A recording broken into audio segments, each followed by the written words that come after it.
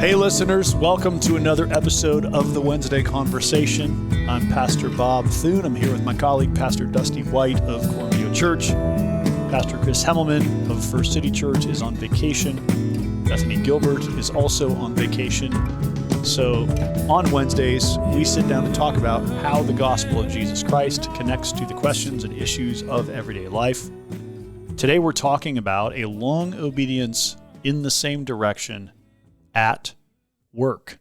This is spurred by a listener question that we thought was really good, and it kind of pertains to just when you hit that point in your vocation where it feels a little like you might feel worn out, stuck, wondering if you should leave your job and go to another one.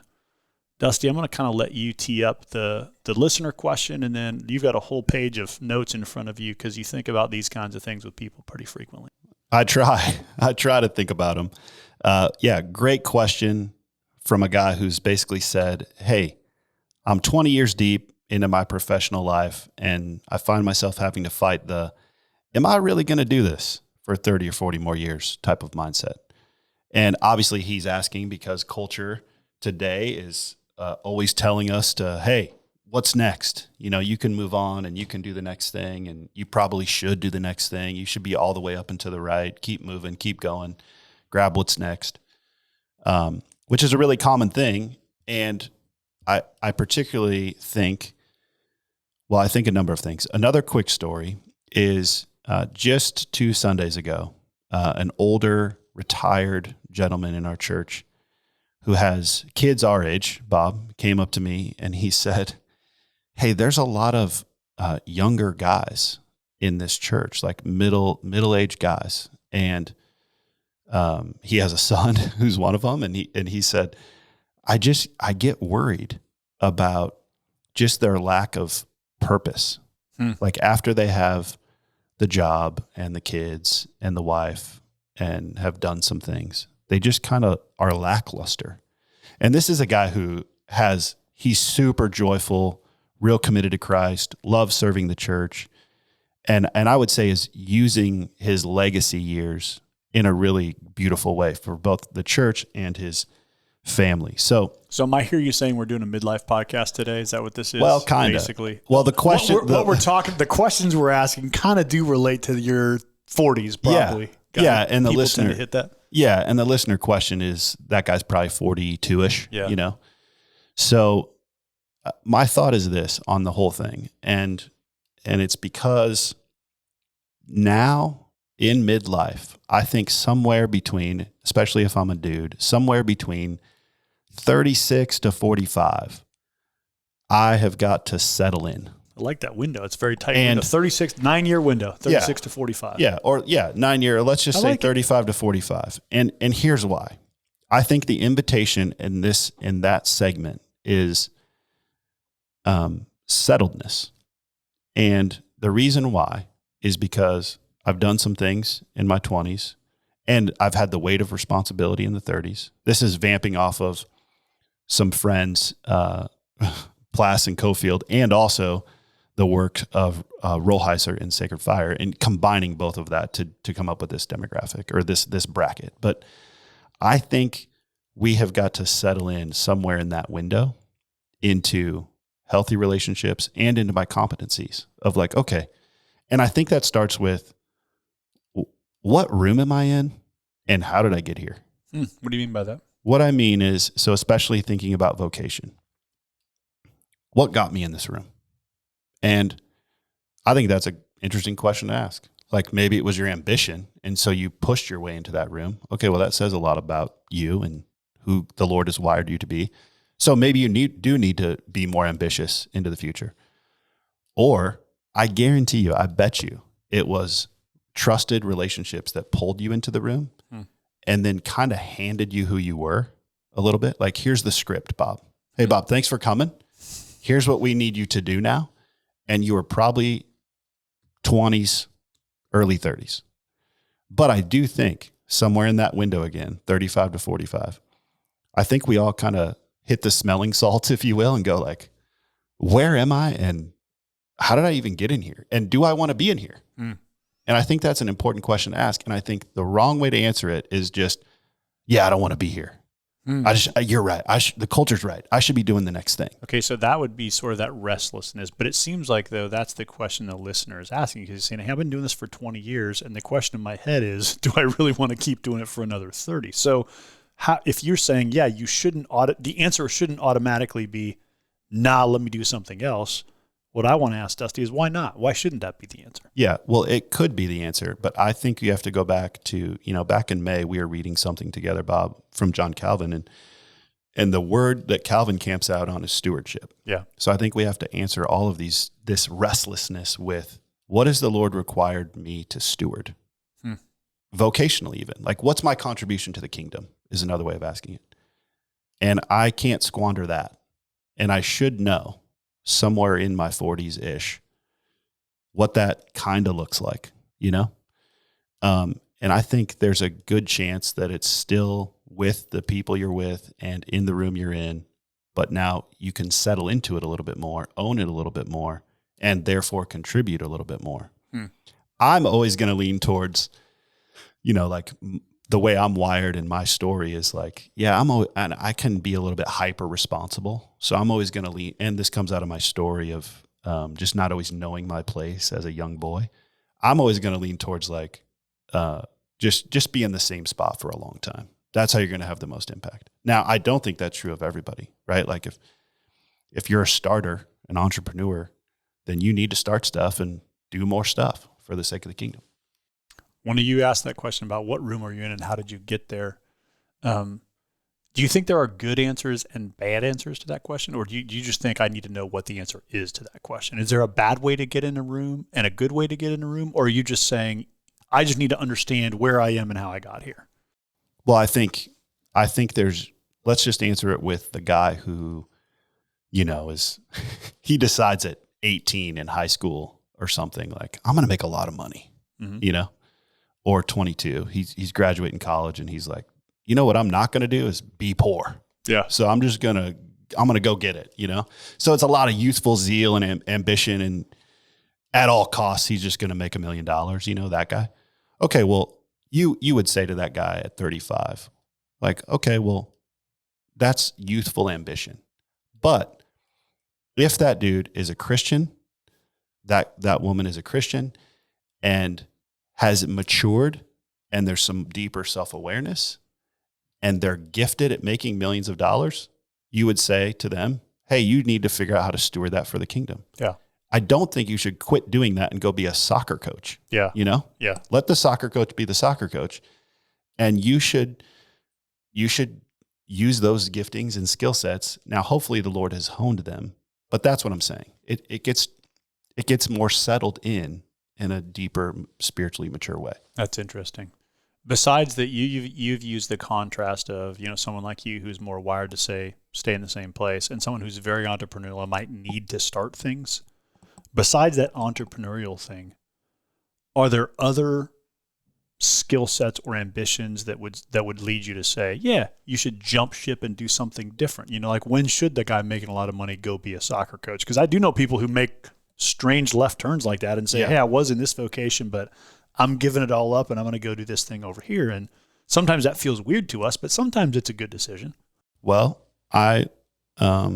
this would be an interesting, let's tease this out. I don't really know where this is going to go, but I think this is where desire is important in a healthy, Holy Spirit discerning type of way and in a communal way.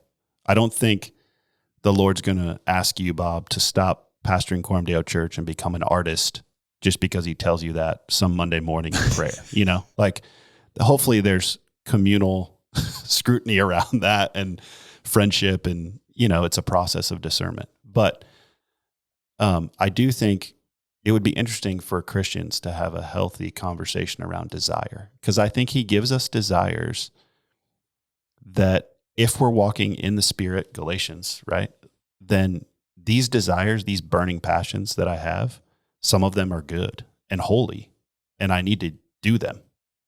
So like I have these, and I just sometimes am the way I'm wired is I'm a little fearful to act on some of that stuff. But I do think in the middle of life, man, I better. Yeah. When am I going to do it? Yeah. right? So you're a little bit different than that. Like when you have a desire, you kind of do it and then figure it out along the way. It. I'm like, well, let's really figure it out before we do it. Yeah. Yeah. Let's go back to our listener's question. So, because what he says is the second half of that question is, I'm asking myself, do I really want to keep doing it for the next 30 years? And that sounds like a desire question. But what I hear you saying is, I need to interrogate. Maybe I do have some desires and longings that I need to act on. But there's also that the ancient spiritual writers called it acedia, right? It's that boredom that can set in. That's just like, man, I don't want to keep doing this. It's kind of like boring. I kind of have it figured out. There's a lust for adventure or for something new or for something different. How do you fight that? How do I know when that's what's asking that question, Dusty, is not maybe I actually should do something different, but just boredom, dissatisfaction, malaise, those kinds of things that can tug at my soul and keep me from contentment? I think the way I would answer that, Bob, is to say, again, if I have a settledness in my soul, then these desires that keep poking at me, I probably need to work on some. I probably need to act on some of them. Now, I also think in that window, that 35 to 45 window, I think that's actually the first time an adult in this current culture could ever feel settled. So I think, like assuming I came out of college, got a job, blah, blah, blah. So I think it's probably the first. I don't think you were asking this question at 25. Yeah, for sure. And I don't think you'll ask it at 55. I think it's actually kind of this is the midlife crisis, right? Mm-hmm. This is the go buy a sports car. We would much rather you do that, by the way, than blow up your life. Yeah. So go ahead and buy the sports car if you need to. That's my pastoral tip, as long as you're not going in crazy You debt. heard it here, folks. But I just think it's the first time you've been settled, and probably the first time, especially going back to vocation, that you've been good at anything. So these desires could still be poking at you, and you might need to do some of them, especially if I can't become slothful and lazy, right? To your point. So I think the balance of that, the tension of that is the question, right? It's hard. Yeah, let me keep fleshing this out with you. First of all, I don't like that you narrowed the window to 35. I liked 36 to 45. Oh, okay. It just felt like a more odd increment, that 9-year gap. We'll shorten it to 8 by the end of the podcast. I like the 36 to 45. But what I wanted to ask you, Dusty, is how do you think you know the difference between being settled, between settling in and sloth or complacency? Because sometimes they look a little similar, like settling into something and just saying, man, I'm good at this. I have favor in it. I'm going to keep doing it. Can sometimes feel like, well, I don't know. Am I just like taking it because it's here? So how would you describe maybe in your own life or with people you've sat and talked with, how do you know the difference between like settling in versus settling for or becoming slothful? I think my answer to that, Bob, is, do I have too much leisure in the way that is spiritually detrimental or relationally detrimental? Say more about that. Or even vocationally detrimental. So assuming I've settled in vocationally, do I have so much margin now because I'm the guy, I'm at the top, that, well, I have more leisure, so I'm going to play more golf or do more things, which sure, nothing wrong with golf, a little bit of golf here and there, right? But am I going backwards spiritually or am I thriving? Because I think, again, if we're centered on the gospel is always inviting me to more change, and the scriptures are always inviting me to more stewardship. So God isn't going to ask less of me if I'm more settled. He's going to say, hey, hone the stewardship. I think I'm answering this right now. Like I'm 45. And so I'm thinking, and our church is at the 20-year mark. Yeah. Right. I'm sure you're internally asking some of these questions as well. Like, okay, well, what's the next 10 years look like? What's the next 20 years look like of my particular type of ministry? And how do I do that to the glory of God and try to do it more? Do more of it. Like, now that I kind of know what I'm doing, at 45, how do I, leave it all in the field for the kingdom? Yeah. So I think I shouldn't be going backwards spiritually. Yeah. I should be needing Christ more dependent, more aware of my lack.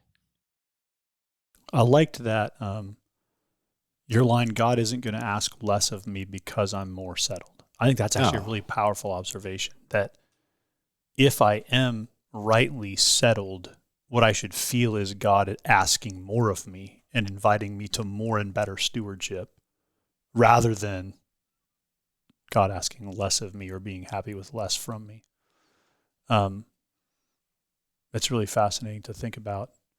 I think there does come, I'm wondering too, Dusty, if how this conversation sounds to a 25-year-old who's not there yet, because I realize, like, man, there's a generational shift where I think that the people asking questions like this listener, those are different questions than the current 25-year-olds are asking.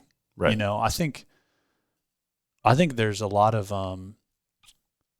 malaise and concern among, I think 20-year-olds are asking, like, dude, am I going to be able to pay my bills? It's not like, what am I going to do with my life and is it going to be fulfilling? It's just more sort of like, am I going to be able to, like, make it, So maybe if you're a 25-year-old, go ahead and email with, like, the question we should answer for your life stage, because we're answering a question written by a person in their 40s. But it is interesting to me, Dusty, that for that generation, I mean, I'm a few years older than you, but for people in our kind of life stage, I do think there's a kind of, when you get really good at something, you mentioned building competency, right? Yeah. So I think about, for me, writing a sermon used to take 35 hours of my week.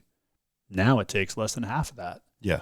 Just because I'm better at it. I mean, not because hopefully not because I'm studying less, praying less, or thinking less, but just because I've got I've been doing it long enough that I can do it efficiently, right? So there's an efficiency that comes with competence. Likewise, you sitting down with somebody and doing some basic work in soul care, it's like, probably you feel a lot more competent at that now than you did 15 years ago. So there's a sense in which when you develop competence and skill, it can almost feel boring, because it's just like, I know how.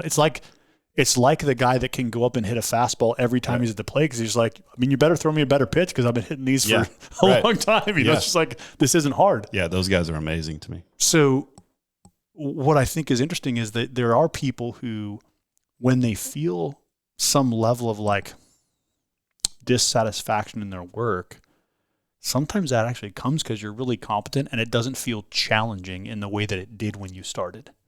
And there is a desire in me particularly to feel challenged. So sometimes this can be bad.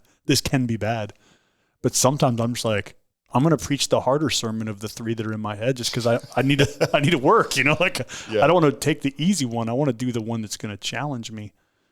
And I'm wondering if for this listener, that same thing is true in many vocations, where it's like, once you've been doing something for a while, it can feel a little boring because you have gotten good at it. Sure. Yeah. And I think, as you're talking, I was also thinking about just how life is mundane. A lot of life is mundane. Not when I'm 25, because I got a lot of energy and I got to figure things out.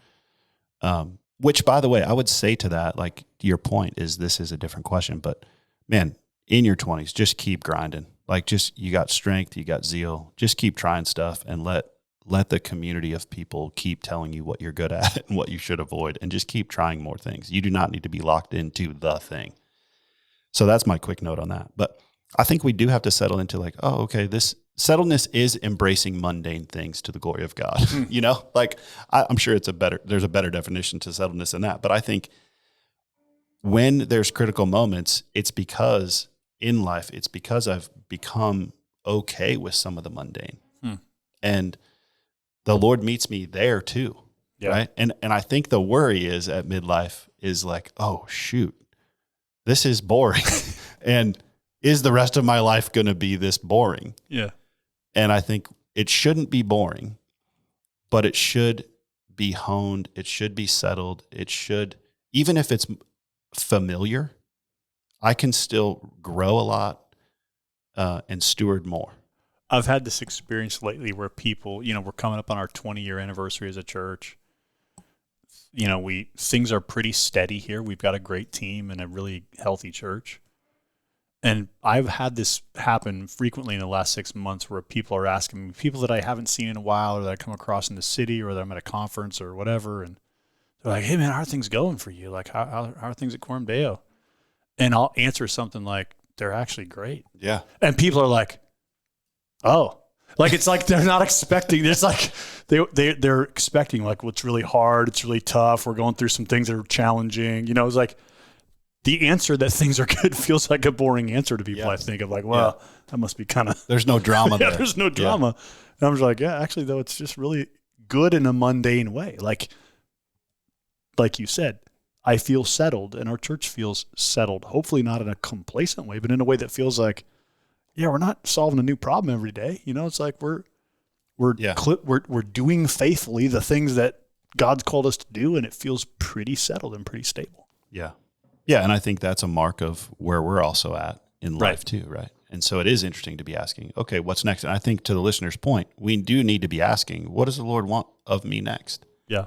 And I think one of the ways to continue to answer that question is to go back and say, well, how'd you get here? Was it fear of man?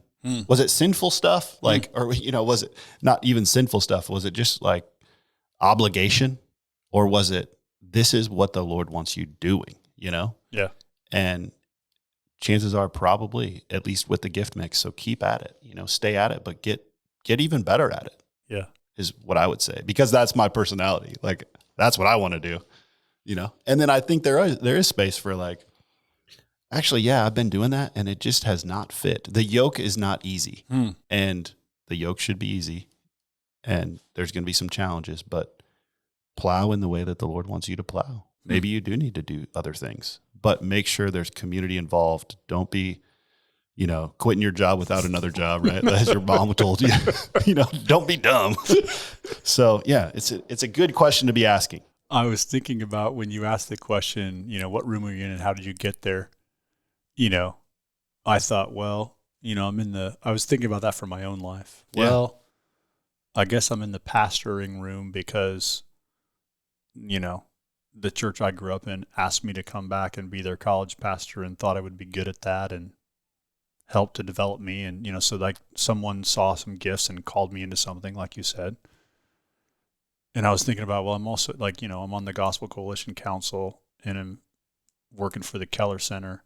How did I get in those two rooms? Well, because Don Carson asked me to and because Tim Keller asked me to.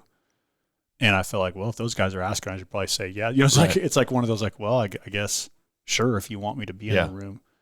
And I had never met either of those guys face to face in person before that.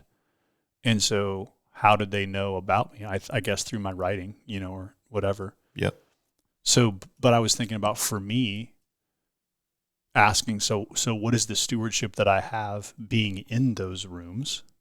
And I think it's some measure of, like you're saying, of like, well, I think I'm in those rooms not because I got myself there, but because someone asked me to be there, and it's because the kind of ministry I'm doing as a preacher and writer, they want that to sort of continue to flourish. And so I've been thinking about, as I sort of go through some questions in midlife, what do I need to steward with relation to that? What of my writing and my preaching and my, my more public ministry, how do I steward that in a way that faithfully is centered in the local church, but that also serves the broader church in whatever ways the Lord wants me to? And it is interesting to me to think about how that has felt to me now versus how it would have felt at 30. Yeah. Because I think there was something in me in 30 that really wanted to be asked into those rooms in a bad way, Sure. in a more fleshly way. Sure. And I think now I'm like, I don't know if I really want to be in these rooms. It's like, it's kind of weighty, and it feels like it's a heavy sense of responsibility in a good way. And actually, like, it's not a whole lot of fleshly ambition in me for those rooms. It's just like, I'm here because I'm asked to be and because I want to serve the Lord. Yeah. But it does feel very different than how I might have felt about those same things 20 years ago. Yeah. And I think that story is answering the question, not necessarily what do I want to be doing all the time, but more, where am I and what does God have to say about where I'm actually at? Right. Less, I spoke on desire a moment ago because I think if we're walking in the Spirit, that will get worked out. But also, what is God saying about where I'm at? And how do I listen to that? And just, even if it's hard at times, or even if it's like, maybe I wouldn't have even picked this, but this is what the Lord wants for me. And it's very clear, The thing I might be most provoked by about what you've said that's very simple is the importance of community in helping me discern these things. Because here's what I've noticed as I think about guys in this middle stage of life, like the listener asking the question. I think every time somebody in that stage of life says, man, I'm going to make a hard shift. I'm going to go in a totally different direction. And it kind of came out of their own inner world. They made a decision. They're telling us, hey, here's what I'm going to do now. It almost always feels to me like, dude, I'm not sure you should do that.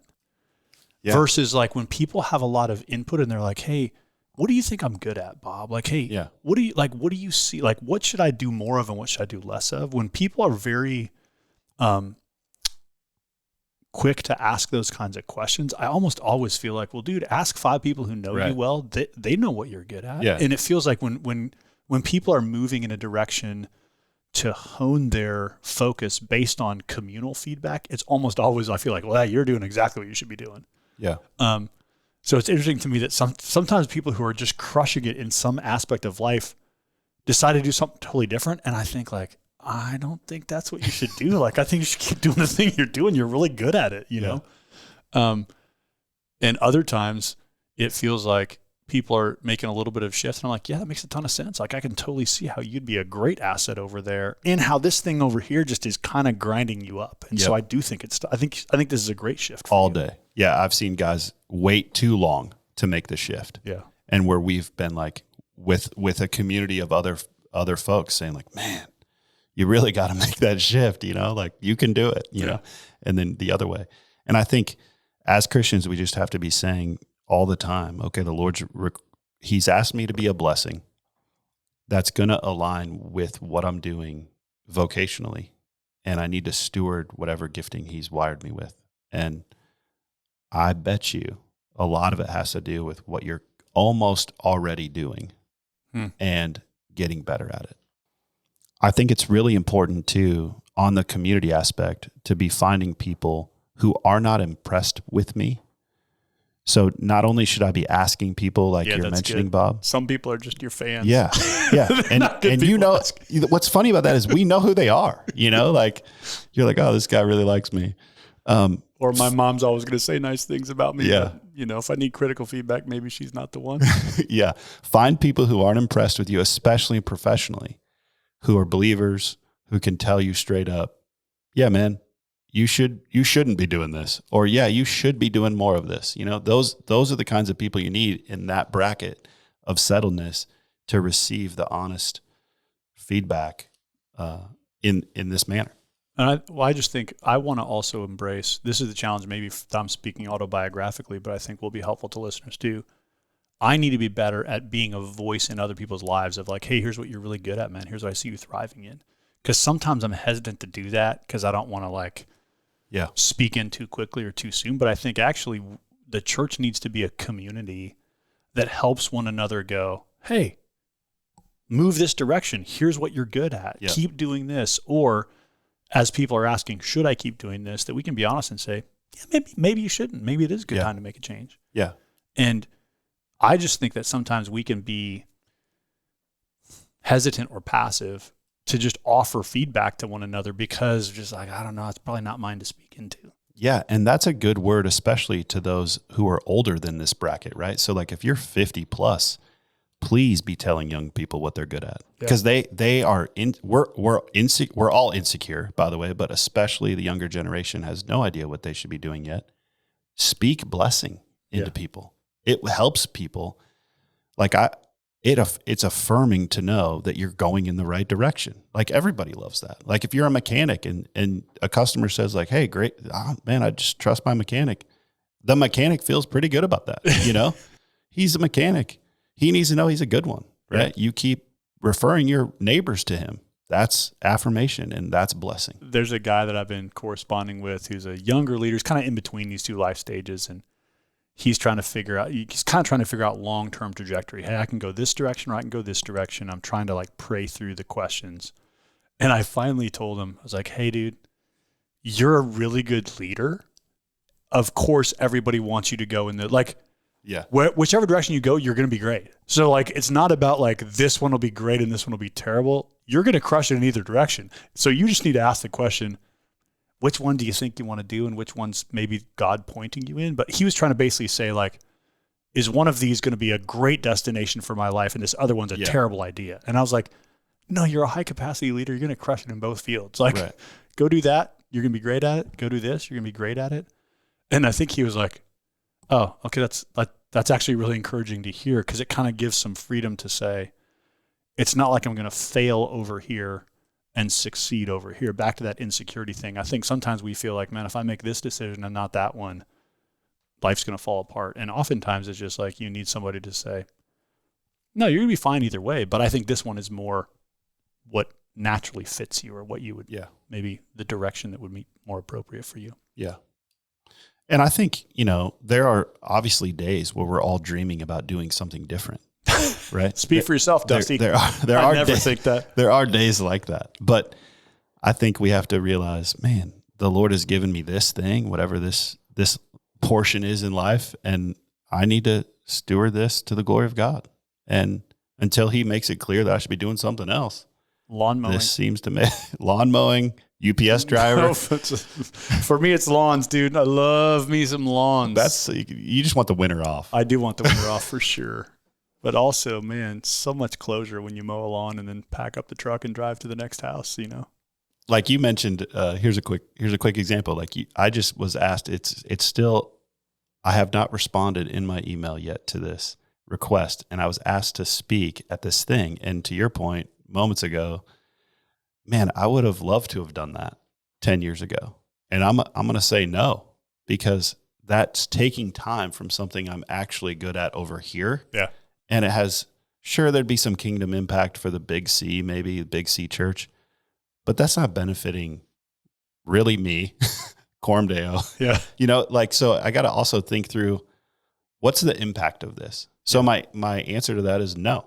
Like, I'm turning down the speaking request because, hey, look, not my favorite, not the biggest skill set that the Lord has given me in ministry, especially if it's not local or for like one of our church planting partners. Any final thoughts on that question? I mean, we titled it "A Long Obedience in the Same Direction at Work," and I just wanted to tie back to the question, Dusty, in what way are we talking about obedience? Because sometimes I think it can feel like, man, just persisting in faithfully in a job or in a vocation sometimes actually is kind of a matter of obedience. We tend to think of it like it's a matter of fulfillment and desire, and but it actually can some days feel like, well, I just got to obey, and today I need to get up and go to work. That's what obedience looks like. Well, if it's true, if all the sleep information is true, that we're sleeping a third of our life, if you think about work, you're spending a lot of time in your vocation, right? So I think the long obedience in the same direction when it comes to work should be mostly a blessing. Sure, parts of my job and everyone's job, there's always going to be parts of blah, blah, blah of any job that you're like, this is not blessing my life right now. But for the most part, I'm blessing others. The Lord has given me this thing that I have to steward. And so I think that should fit. It should go well with you and others. It should make a lot of sense in your gift mix. There should be natural affirmation and fulfillment in it. Maybe not every single day, but the majority of the time. I'm thinking of a guy right now who is connected to one of our church planting partners and, was in ministry for a while, had some tough experiences in ministry that kind of led him to say, maybe this isn't the season I need to do this. And he's like doing a real ordinary job right now, that's just like construction oriented. Yeah. But has a ton of time to serve his local church. So he's like, hey, I'm making my dollars over here doing this construction thing because what it's freeing me up to do is to serve as a leader in my local church. And actually this thing is almost kind of like an autopilot business. It's just, I come over here, I got to give energy to it, but it sets me free and it provides for my family so that I can serve the church. And his wife is serving in deep ways too in the church.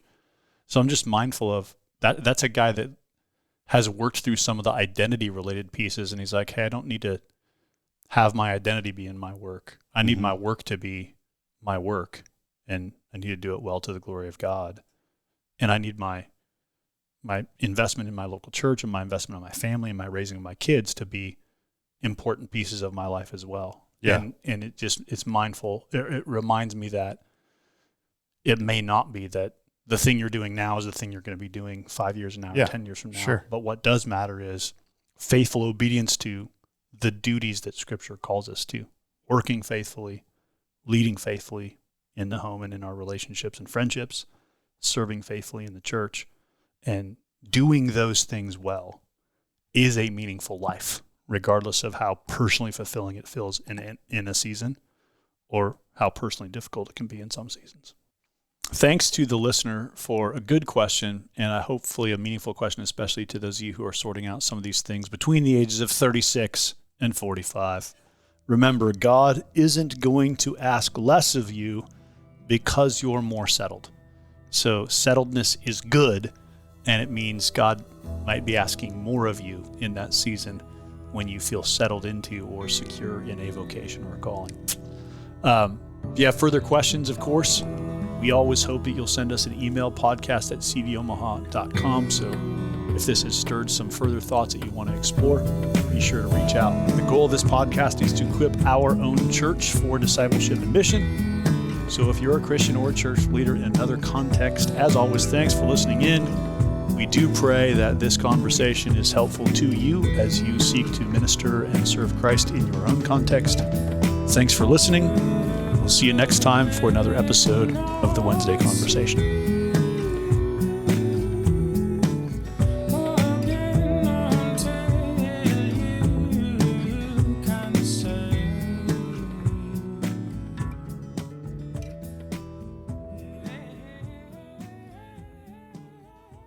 That's a wrap, people.